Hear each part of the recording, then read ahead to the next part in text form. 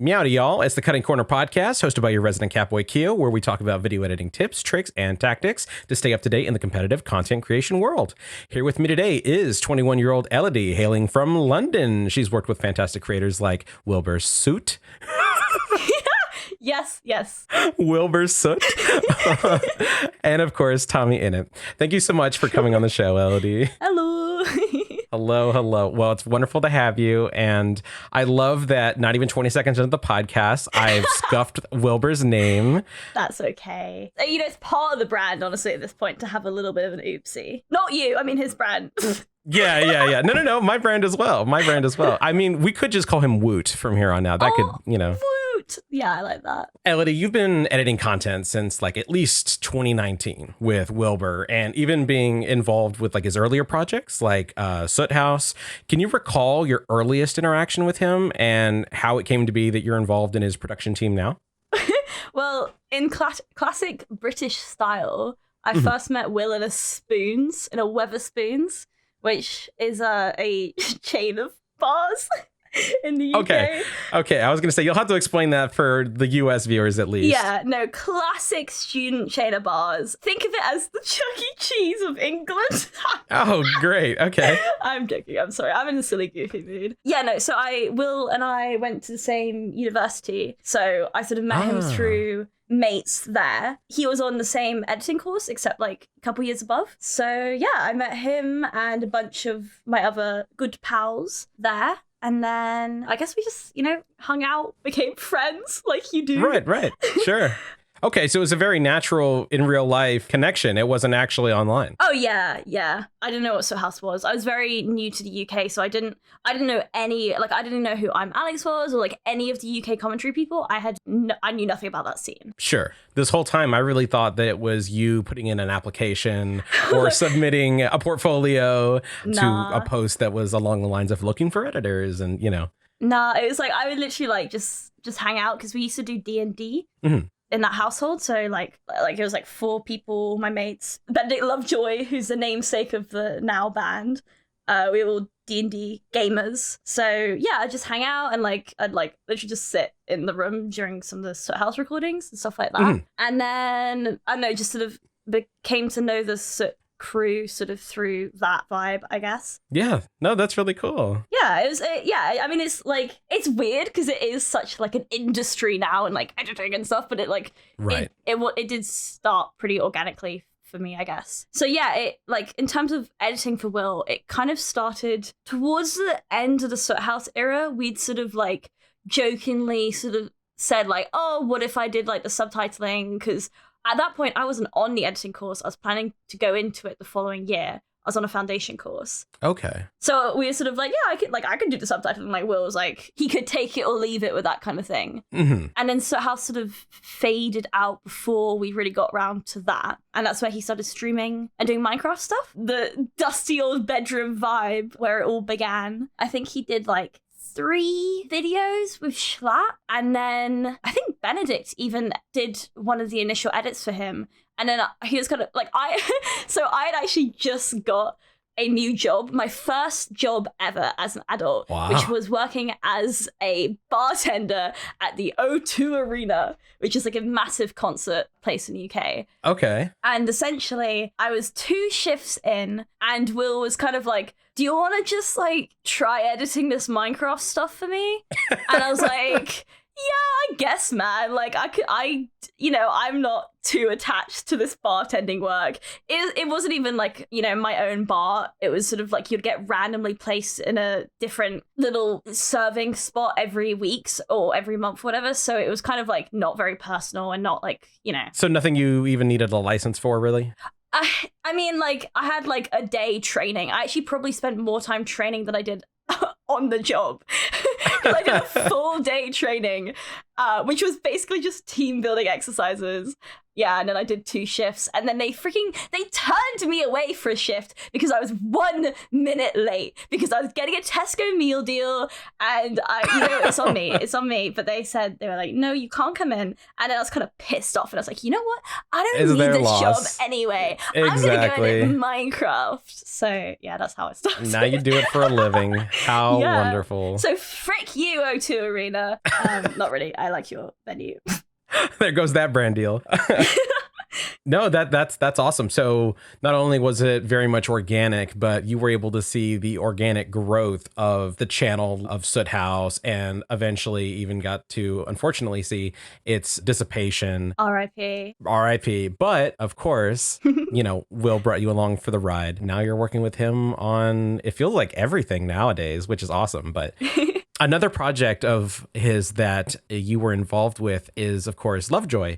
What was that like? Do you have like a favorite experience that you had working with the band? It's kind of funny because like with the Lovejoy lads in general, like one of the dudes is also on my editing course.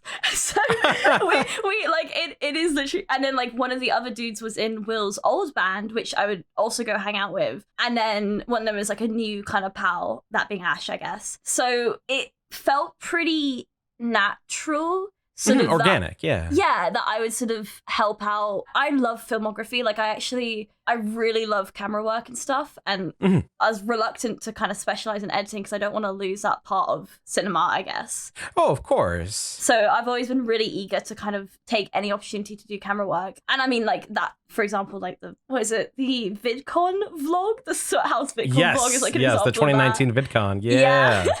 But then same with Lovejoy, I was always like, hey, if you're doing music videos, like I'd love to film it. I love brainstorming. I'm always just looking to do something fun, really. So the music video stuff, I was very happy to be involved, and I'm honored that they were like, sure.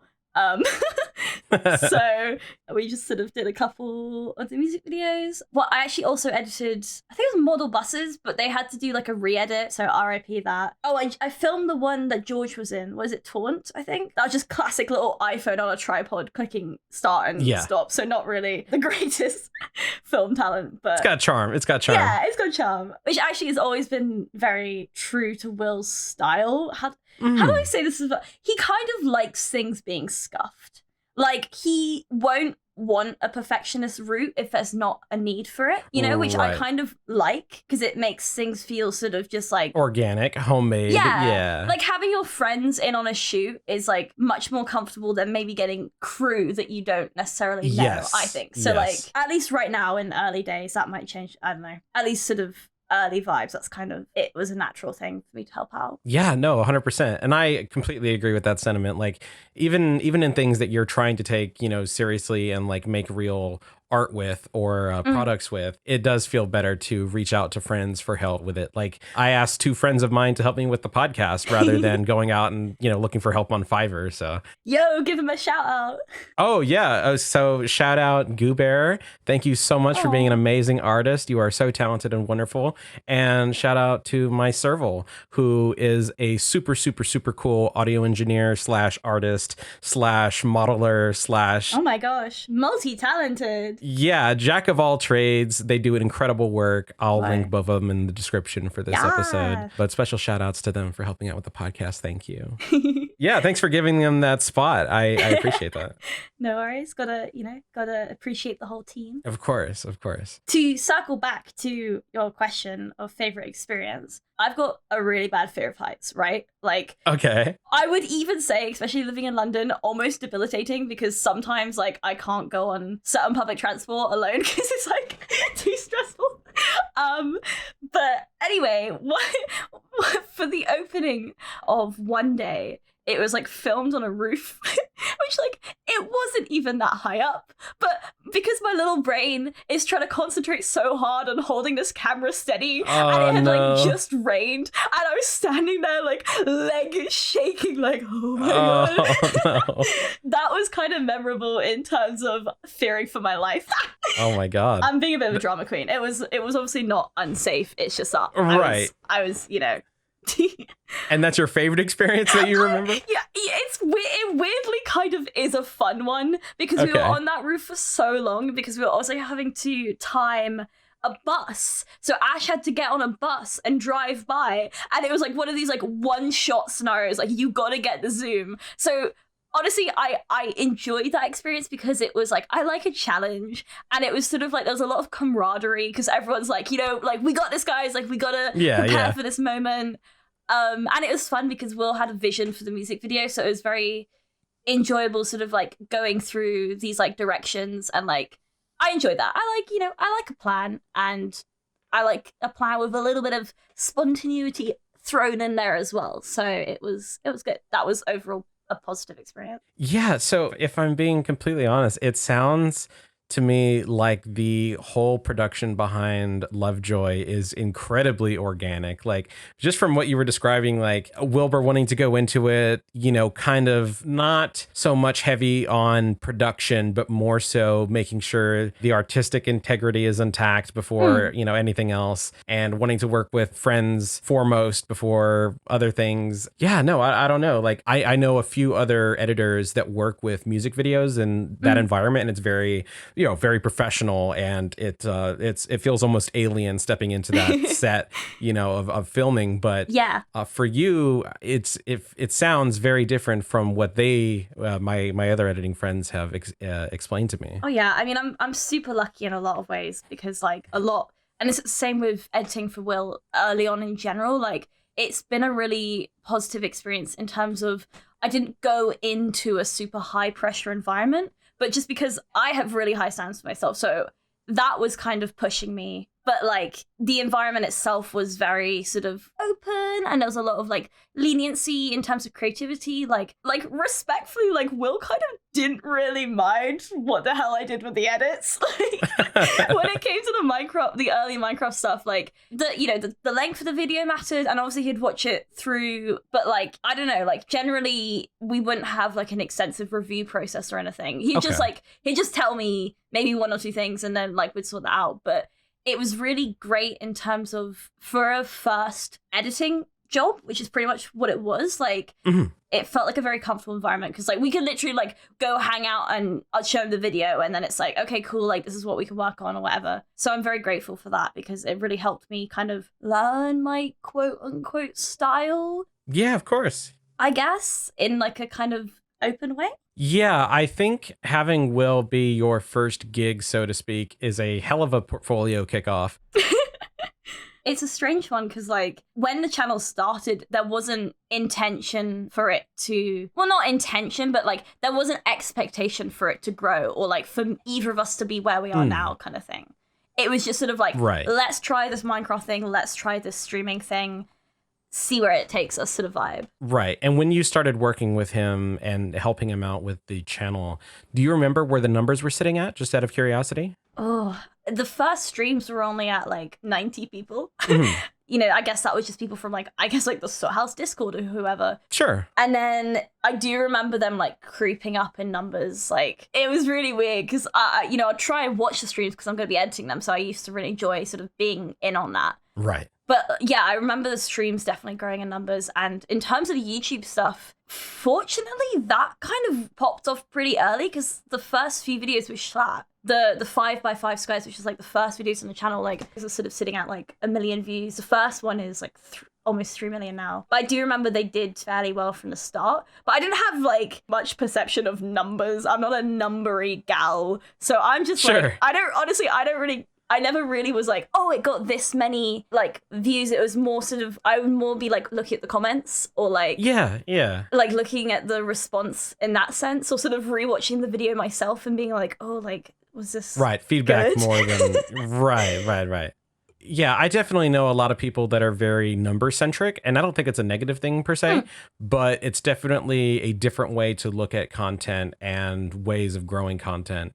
But it sounds like, for the most part, at least you as an editor weren't really concerned about numerical growth as much as you were making sure that people were enjoying the content, via the comments and things like that. Yeah, I mean, I'd say so. And I honestly just didn't have much perception of, like, because it's not my channel, it's not like my, maybe right, this is, exactly. I guess I'm sort of detached from it in that sense. And because it was like, I was more just there for the sense of humor. Like, that's why me and Will worked together, because we had a similar sense of humor. Sure. So it's like, that was always sort of my priority, just making sure things were funny and fun, and like that his story and his like characterization was being told through the videos. Right. Obviously, if they didn't did well, that's great, but it's not like that would benefit me monetarily, for example, which maybe for other people that's much more of a drive if it when it is directly your channel. I think that's exactly the point. Yeah, because, you know, I could name a handful of editors off the top of my head that analyze their editing style,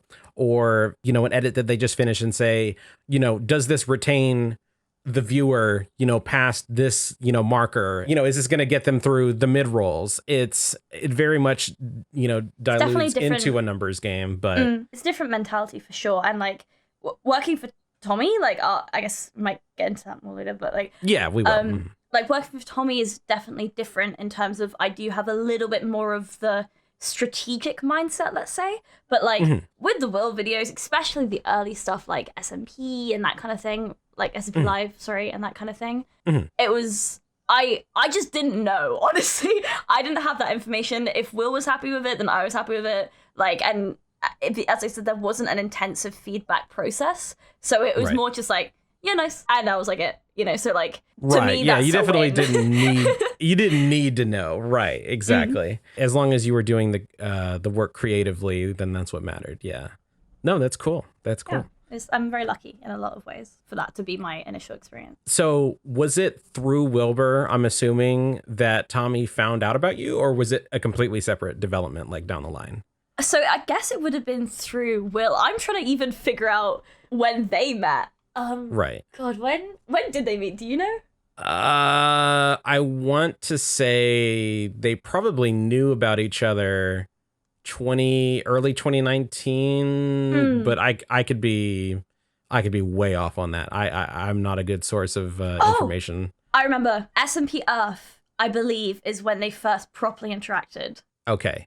I think it was, I think Will... So I was actually in our friend group, the one I mentioned, the D&D group. That was the original SMP Earth. We had all the nations and stuff, and I was Norway.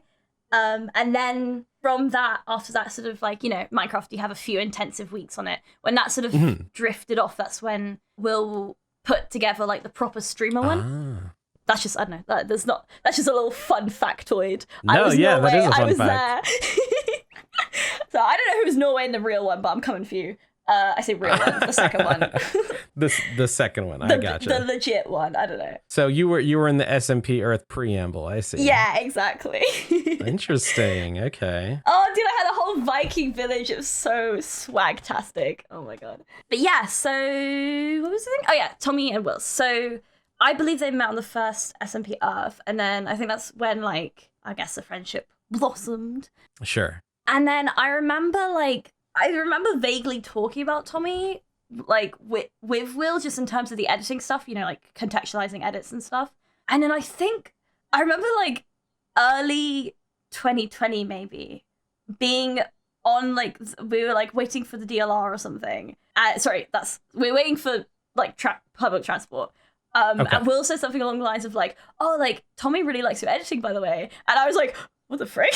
Because like at this point, I knew who Tommy was, and I was like, oh damn, that's really cool. Like, I appreciate that because he clearly had a very intense style of his own. Sure. So I was sort of like, oh my god.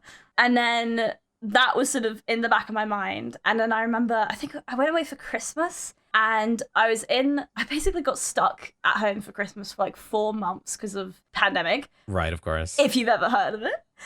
Yeah, this little thing called I don't know if I can put that in the podcast without it being demonetized, so I'm just gonna yeah.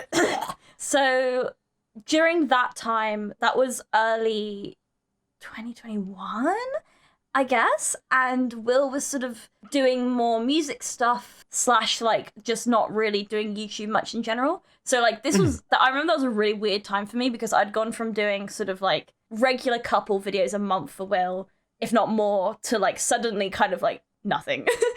So I was sort of keen to do some more editing in general, and I think he knew that like he wasn't going to be producing much that year, so I think he was pretty like happy to refer me. So he was kind of like, hey, do you want to like do a trial video for Tommy? And I was like, oh frick, yes, I guess so. Like, I kind of want something to fill my time and I miss editing. So then I did my very first Tommy edit in a hotel quarantine.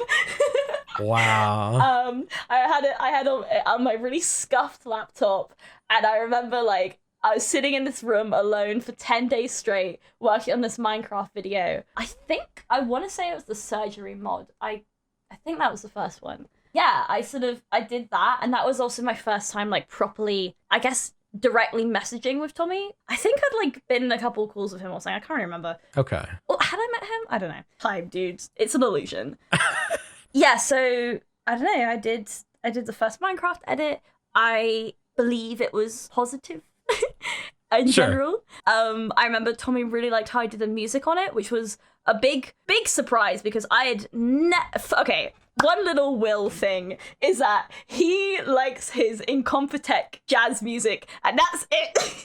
To be honest, if I had done other stuff, he probably would not have been opposed to it, but I just got so lazy in terms of, because like that's all he like requested, so I was like, okay, I'll just slap a couple like tracks in the background. The most important part is getting those comedic cuts in, right? So like, of course, to me, like that was just the vibe. In Compotech, I had like a very set sound library for Will. Yeah, I can't hear any of those songs now without just that immediately back. flashing back to it. Right, yeah. But yeah, so this was the first time I'd used like video game music and like any Nintendo music in an edit ever, and Tommy really liked that part, and he said I did that bit really well, and I was like, what? Sorry, that's probably gonna. Sorry, no, sorry, it's okay. headphone users. I balance it all out. Don't even worry. So yeah, that was fun, and that was my first time using Frame.io. Oh, okay. Yeah, which is really great. In general, like I really enjoyed the review process because like I like editing and I like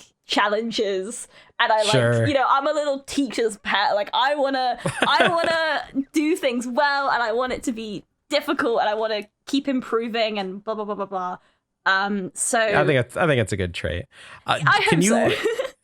Can you explain Frame.io to those that don't know what it is? Yeah, so Frame.io is essentially, it's a very simple platform. It's basically just you pop a video in, anyone else who can access the video can click on it and just write random comments at different time stamps, and it will log all those comments, and then other people can then go and tick them as done or add replies or like color code them. So it's very good in that it's quite a simple software. It's just very useful for video review processes, and you can send it with like, you can share it with anyone, so it's easy. That's really cool. I've worked with Tommy for a few videos, and we used Frame.io, I think, for a bit, if I'm not misremembering. It's been a long time, but what videos were you guys in?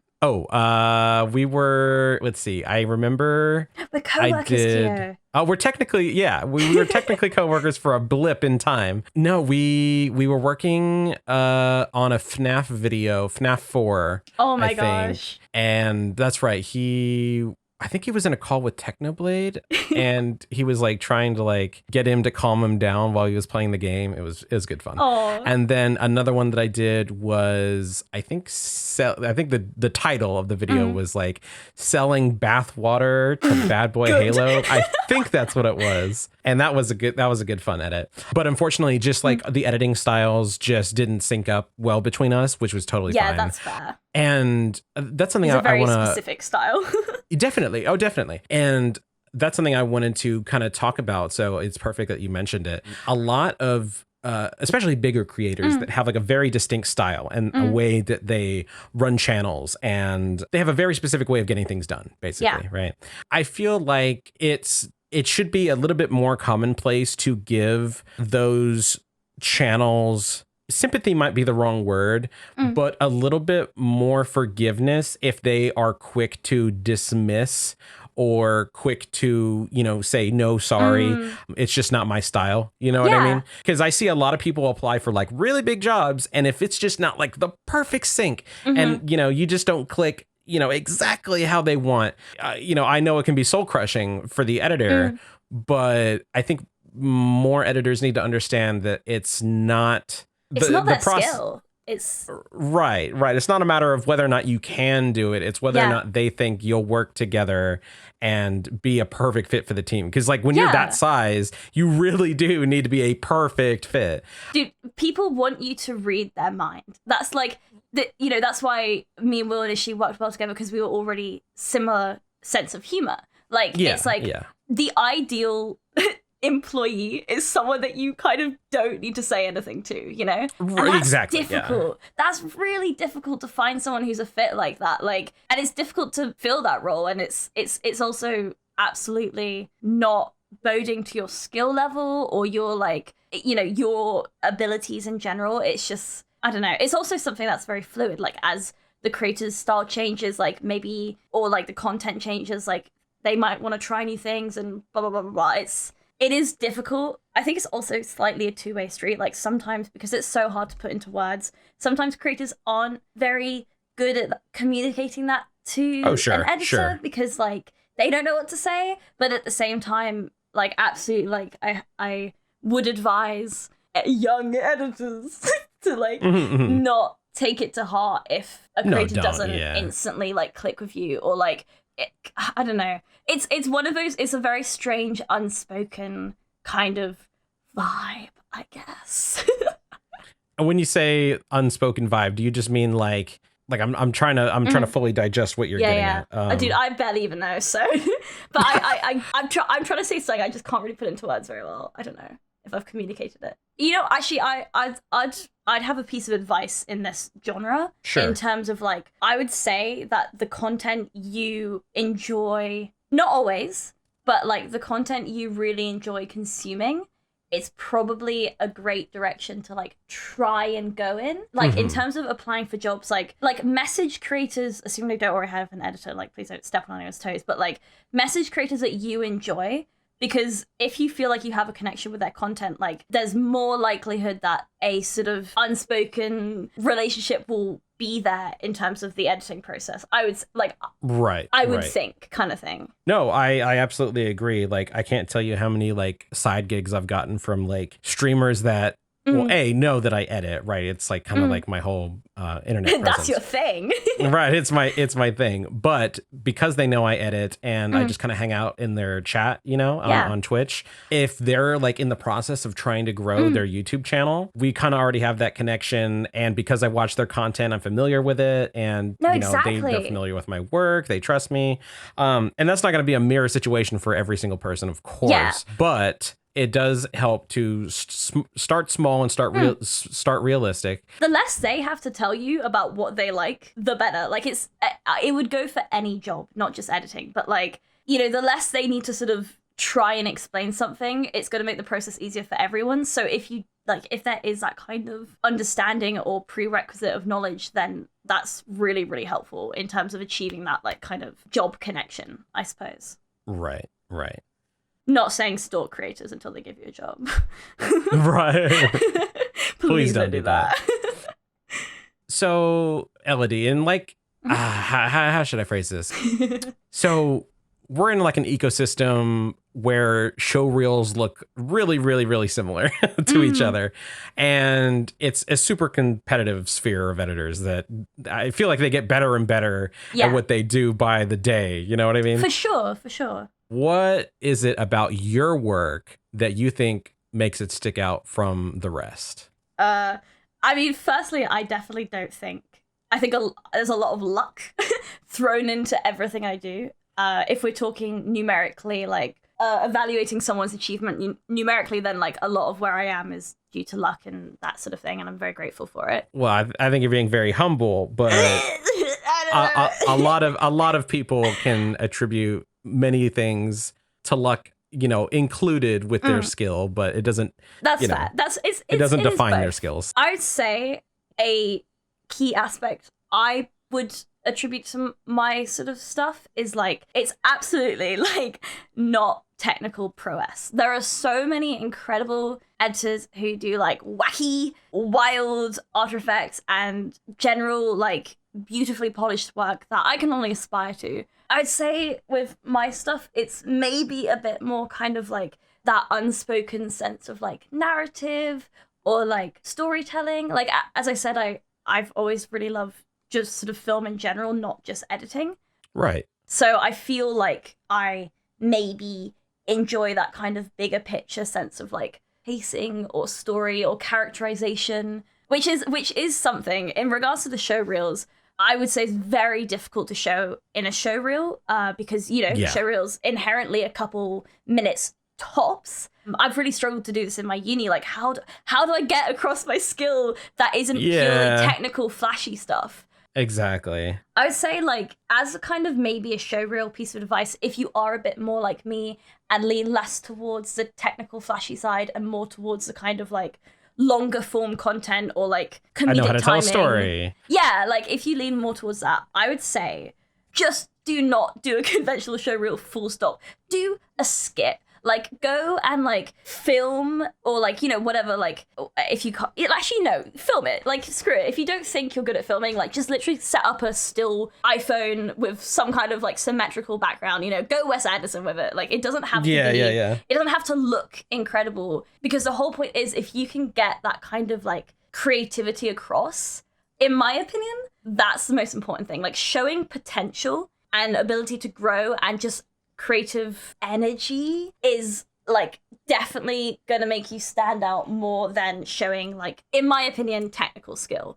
At least if you're trying to get hired by other creatives, it makes sense to showcase your creativity and not just technical prowess. Like, I've not seen enough showreels that are just, like, literally like a 1 minute, like, creepy ass video, like, or like a little, I don't know, it's hard to put into words because I don't think there should be a recipe or a format for showing your creativity. Like, literally pick something you enjoy, pick something you're passionate about, and try and communicate that in a short form piece of content. That doesn't have mean to be just listing your skills. 120 like, seconds. Exactly. Yeah, it, like, just, like, as an extra side note as well, in terms of, aside from breaking the mold and doing a short form piece of creative content that is less conventional, I'd say also applying it to, like, the creator that you're maybe trying to appeal to is good. Like, definitely. If you're making a very general, very nice thing, then that has that casts a wider net, but it doesn't catch attention in the same way. Like, maybe if you want to be applying to, for example, like commentary or like Minecraft stuff, like, you should be really targeting that area with, like, a little creative punch, or even the creator themselves. Again, don't step on editors' toes if they already have them, but, like, try and really show that you are a unique fit for their style, as opposed to just, like, you're kind of generally, like, kind of fine at everything. Like, I don't care. We're not doing, like, a whole film industry here. Like, you are picking a specific role and a specific person to work for. Like, try and appeal to that, I guess. No. I say 100% arrogantly, agree. having not made a show reel, so please excuse me on that. Such a hypocrite. No. I asked for the advice. It's all good. No, I completely agree in the sense that, like, if you are appealing to certain creatives, then it makes sense to try to shine those specific creative things that you're good at yourself, instead of trying to overgeneralize everything that you can do. Because if you try to cast that wider net, it's going to be more difficult finding someone that you will absolutely click with, whereas you're going to have better luck finding someone that, is just right up your alley, or vice versa, because you were very specific in your show reel and what you can do. So I'd also say, like, a sort of a skill that you can't communicate necessarily in your show reel, but I would recommend trying to communicate through your vibe when you get the opportunity to work for someone is, like, storytelling. Oh my god, no, deadlines. Deadlines. Meet them. Oh my god, like, just if you can consistently, at least for, like, the first couple months of working with someone, show that you're meeting those deadlines, or at least that you're communicating really well, then that is huge. I don't think enough people understand the impact of, like, reliability. Yeah, and I mean, with as many things that you've done, you've certainly built up your own portfolio, that, should you ever be looking for more editing work, you would certainly be able to do it. Like, you've dabbled in all kinds of content from what I know. You've done vlogging, TV show-esque editing, podcasting, art films, PSAs, music videos. I miss A-level. I miss, like, because I lived in Dubai, right? And there was not a big film scene there, but they would have these random competitions. And because there wasn't a big film scene, essentially, because Dubai is like a small pond, to use big fish, small pond analogy. Right. especially when it comes to the creative industry, especially when it comes to school age, I was so lucky because barely any people would enter the competitions, and like those who did, like they didn't really care. I was very lucky that it was really easy to kind stand of do out, you well. mean? Yeah, it was Okay. like it was great, and it was a really good for that time in my life, like little confidence boost, because like, hey, this Sure. actually, this industry is something I'm really enjoying. I'm kind of doing fairly well in, like, and also because I was lucky enough to have those kind of company names like Sony and Dubai's Dubai Electricity and Water Authority, which is basically just the government. But yeah, like it was really a great opportunity because it meant I could put these kind of flashy looking names on my CV when I was applying to unis. And like the reality of the situation is, oh my God, those films are pretty mediocre at best, you know? But like, I guess it's one of those things of just, obviously there's, again, a lot of luck in that situation. But if you can seek out weird little opportunities like that, especially like little niche ones that not many people are going for, then that's definitely a good experience. And like, even in the YouTube space, just having some random ass stuff when you're kind of experience this is I think good. Yeah. You know, it adds also to that credibility kind of vibe. Definitely. Yeah. But yeah, this isn't really advice. It's more just like Lamau. No, just it's Dubai, perfectly man. okay. It was wacky. God, I'm so happy I don't live there anymore. Just sorry, anyone who lives in Dubai. I love you. I think we have like maybe 1 or 2 listeners in Dubai just because of my Spotify statistics. Oh my gosh, amazing! I love you, Dubai people. I just don't love the government, and I can say that now. Oh my God. I'm so sorry.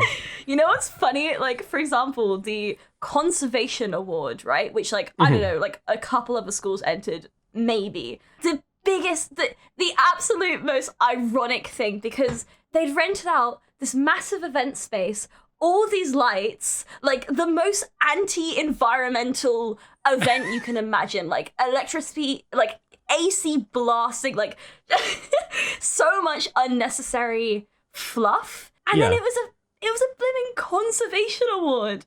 Like, bro, how unself-aware can you be? Anyway, Dubai. That's my little rant about. It's fine. About Dubai. Rant. Yeah, I'm just gonna label this section "Rant about Dubai." Oh my God. It's fine. I'm not planning to live there again. It's probably fine. Although I am literally going there in next week, so that's fine. It'll come out after that. Yeah. Ooh, don't arrest me.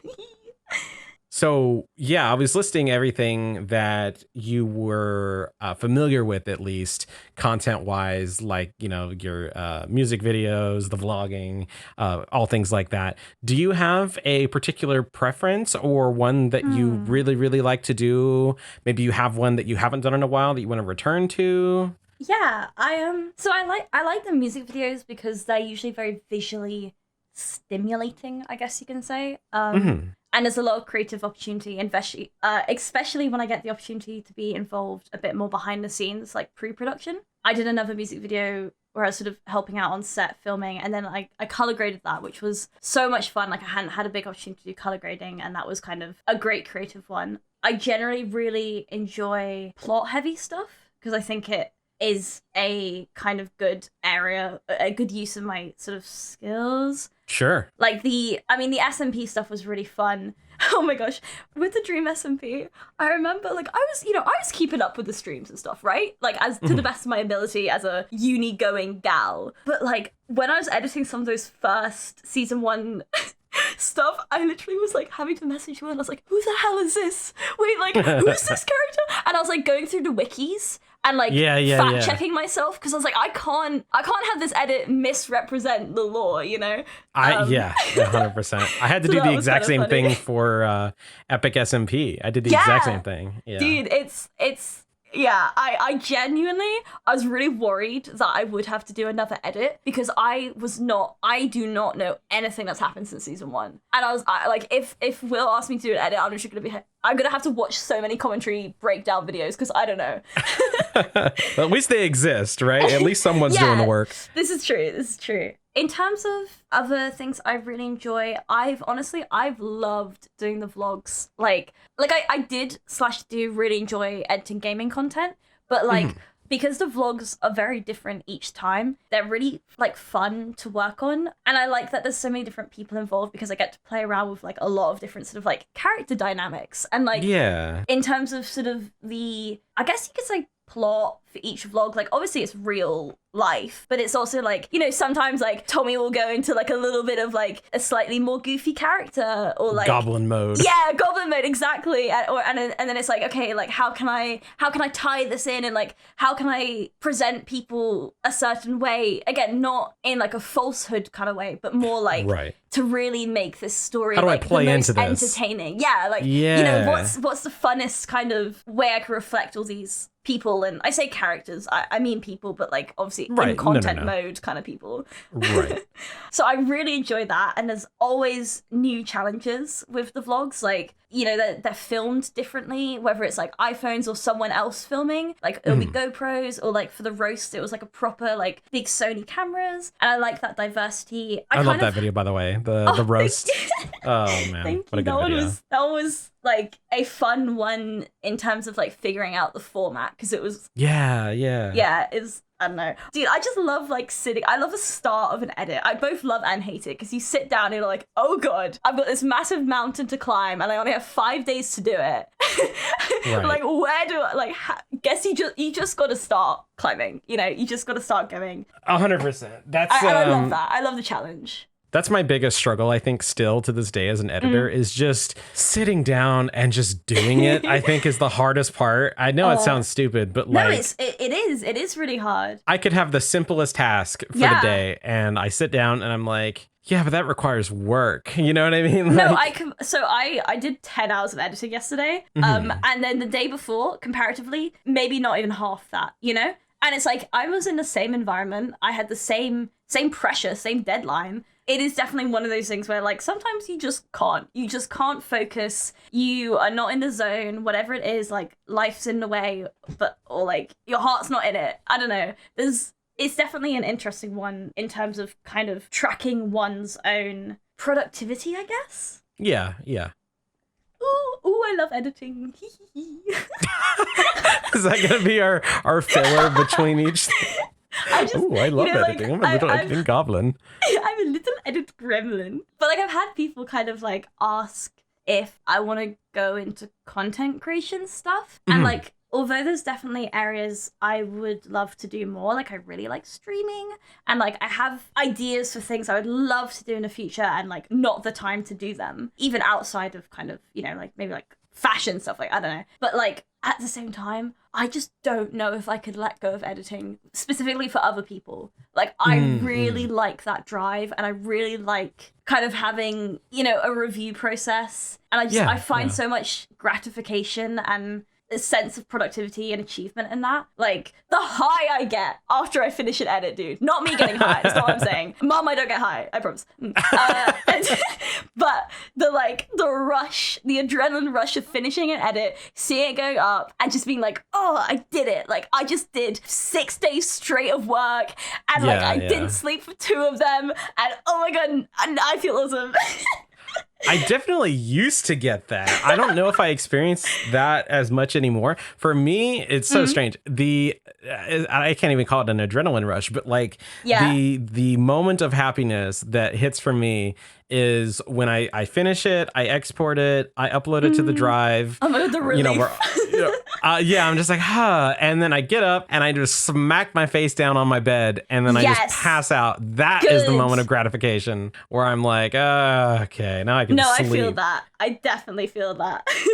I don't even get hype anymore. I'm just like, nap time. Honestly, it could go either way. It depends when I've last slept, but usually I'm on a little bit of I guess it is adrenaline for a couple hours, and then that night I have, oh my god, the most awesome sleep. Best sleep, yeah. For sure. Also, I'm not, please don't mirror my life habits. I have really, really awful editing life habits. So do not take this as, oh, I guess I need to not sleep for 2 days in order to be a YouTube editor. No, please go to bed. I guess I don't I'm a vampire. I don't know. I don't really need much sleep. I think I don't even know if that needs to be said, just because all editors are inherently terrible at sleeping at normal times. Dude, I drink that blue light. It keeps me awake all night. Yeah. I've got the blue light for just my monitor background, just radiating it. Sometimes I'll take my blue light glasses off just to get a hit. Oh my god. Do you actually own a pair of those glasses? I do. I used to get really bad head. I had this week where if every time I went to bed, I would wake up extremely nauseous, awful headache, and I was like, this can't keep happening. Like, I already don't like going to bed, and so the fact that I can't even wake up feeling good is like really, really grim. Troublesome. Yeah. And it was pretty bad. Like, I had it on and off for definitely like a good few months, and then I had this awful week of it, and I was like, help. And it's like a few people suggested it's probably blue light, and genuinely, since I got these blue light glasses, I have not had it since. So even if you think it's not affecting you, if you're sitting at that screen for like a week straight, like right, for that long, yeah. This for me was proof that it was, because I haven't had it since. So there's a little fun health tip for you. Yeehaw. Yeah, worth looking into. My glasses that I have prescription, it came as like a feature that you can ask for when you're getting your glasses. Like, you can get them built into your lenses. So if you're, in the market to get new glasses soon, definitely keep that in mind if you're an editor. So can I tell you such yeah, what's up? You just brought back such a cursed memory. Oh my god. This is a little perspective into the life of 11-year-old Elodie. I was a loser. I was a cool loser, says me. No one else thought that. Yeah, I had these, because it was Dubai, okay? And I was like, oh, it's so sunny and hot. And like, when I got one of my early glasses prescriptions, my mom was like, oh, you should get the sunglasses built in, which basically means anytime you go into the sun, extreme sun, they go the shade, like sunglasses shade, right? Right. So I, being an 11-year-old, was like, sure, that sounds fine and cool. And I think these were like my backup pair anyway. As life does, they were no longer the backup pair. They were my only pair after I'd broken my other ones. And I used to have to go out because my school had like an outside area to get to between the classes. And every single time I went outside, they would immediately go sunglasses black. So I would walk back into the school corridor with these sunglasses. And it was so embarrassing. Like, I would literally hide my face because I just realized I must look like the biggest dweeb. Like, oh my god. That's hilarious. It's tragic. No, it's at least it makes for a great story. I hope so. I as I said, I'm a little silly goofy. Sometimes I really can't tell. I genuinely had such a laughing fit the other night. I was sitting here editing and it was like 4 a.m. and I could not stop laughing. I literally had to step away from my PC. Oh my god, I went to the dentist the other day. Sorry, I'm really on a whole tangent right now. Please, by all means. It's all good. I went to the dentist. And, they have their hands in your mouth. They're doing their business. I was getting my teeth cleaned or whatever the frick, because I hadn't done it for 2 years. And I was like, this is what adults do, right? Yes. And then, because it was this dude and this woman leaning over me, and they were really nice, so I wasn't, like, uncomfortable. But I started laughing, but like they had this like clamp on my mouth. So I was there, like my body was just like, I was lying on this table, like shaking. And they were like, are you okay? Like they clearly thought I was like having a panic attack or something. And I was like, and they like took their hands out of my mouth. And I was like, I'm so sorry. Wow. And I literally had to like have a breather and get this laugh out. And they looked at each other like, it's fine. This is normal. It's just... It's normal. It's normal. It's probably normal. Just you gotta troll all your way through life. There's too much negativity not to just manically laugh at everything. I suppose that's true. Well, Elodie, we are approaching the end of the podcast here. I want to thank you so much for coming on the show. You're the most unhinged guest so far. So far, it'll get more unhinged. Not to say you are unhinged, but it will get much more unhinged. I am certain of it, considering the lineup we have here this month. Oh, so. I'm very, very excited. Hey, if you are listening right now, go leave a little nice comment for Kyo, because he works so hard on these. He's working his little tail off. Okay, so thanks, Mom. I appreciate it. No, but for real, I appreciate you coming on the show, taking your time to sit and chat with me for a bit and sharing your stories and all that. I'm very, very honored. I'd love to have you back on the show sometime in the future. With more dentist stories to tell. Yeah, with more dentist stories, less editing, okay? Yeah, that is exactly. That's the focus. No, I'm very, very grateful. I'm genuinely shocked and honored that y'all want to hear from me. So thank you very much. Yeah, I appreciate it. And Squad where fam. where can people find you if they would like to follow your? Usually in a dark, dark pit, which is my bedroom, editing, consuming blue light. No, on twitter.com, I am Elodie GIF, not GIF, sorry. On Instagram, I'm Elodie.gif, but with a real dot. And then, I don't know, you can, it's Elodie with 3 O's on Twitch. And you can, just do a little dig around. Maybe you'll find some other stuff. Yeah. All right. Well, thank you, Elodie. You've been a blessing. I hope to chat with you again soon. Yeah, it's been lovely. Thank you so much. Goodbye, everybody. Bye.